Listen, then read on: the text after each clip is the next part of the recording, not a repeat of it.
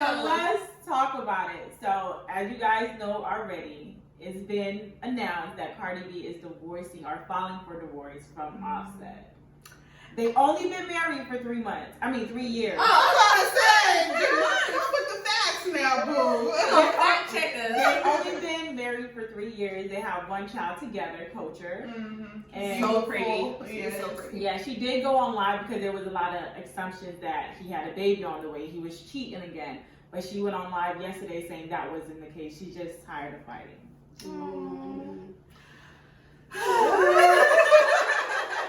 I was really rooting for them. Like, you know how you see some celebrity couples like, oh my gosh, they look so And good. they're young, they're rich, they're fly. Exactly, they're successful, and it just seems so compatible. Yeah. But you never know what's going on inside the home, and it's just like it takes a lot for a person to file for divorce. Like she had to be to her breaking point, and to know that, like, you know what, I am at my breaking point. I have to let this relationship go, and for her to do that, that takes a lot of strength. Because some people just be like, well, I have a child, we're married, I'm just gonna stick it out. Definitely with them being in the spotlight or the media in the same industry. That They probably got a lot of business together that we don't even know about behind closed doors. Yeah. That is true. And my only issue was like people was trying to like laugh at Cardi B or like make light of it, but that's something really serious to go through. And let's not forget, Cardi B is still young. Like she's only 27. Yeah, so it's like for her to be going through this and people use this as a way to throw shots at her or whatever. I think that's really disgusting because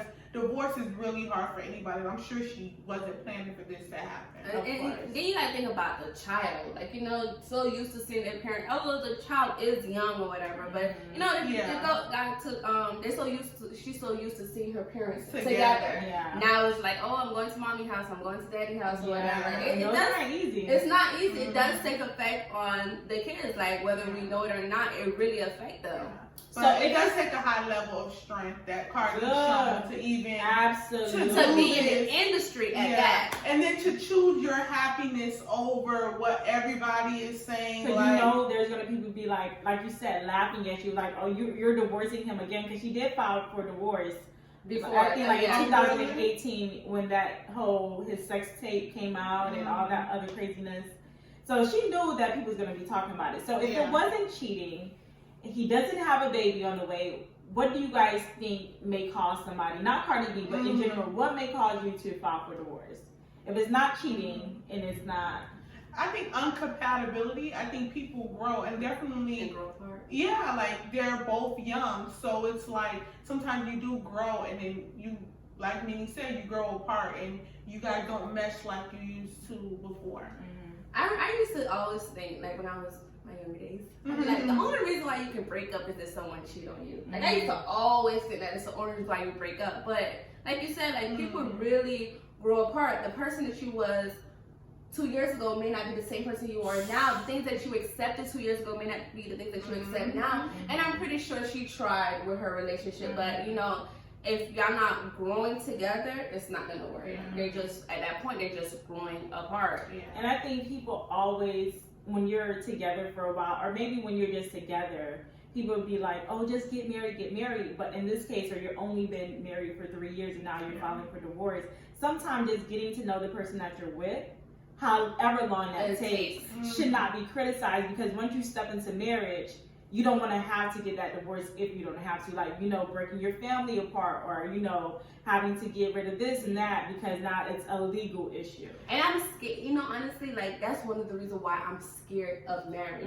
Because it's such a big, it's like stepping into a whole new world. It's a whole different type of commitment. It's a whole different type of commitment, and knowing your partner, you have to know your partner well enough before, and we spoke about this, as like females, we're so, what's the next step? What's the next step? Not just enjoying the current moment that you're in. So it's just like, I'm terrified of marriage because I never want to get divorced. Yeah. That's very true. So I just feel like just because somebody's married, it's not like, oh, the end all be all. Even if you see somebody together for 8 years, like, why haven't you got married yet? Maybe because they know they're not ready for marriage. And I think marriage honestly changes people. Like, don't matter what the person that you were with before you're married to that person is going to be a different person once you get married. It can be for good or it can be for bad. But I think just the whole idea or committing to somebody like that definitely changes them.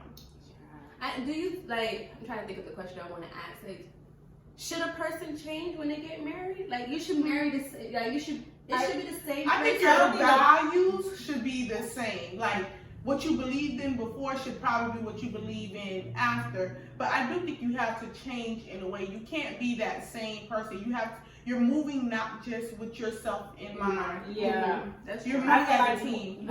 exactly. I feel like once you get married, you should start. Every decision that we make should be for us, and if we have kids, for the kids. Even if you're in a relationship, but I feel like when it's in marriage, you make that commitment not only to me, but you make that commitment to God. So I feel like every decision you make, you should be making it for us.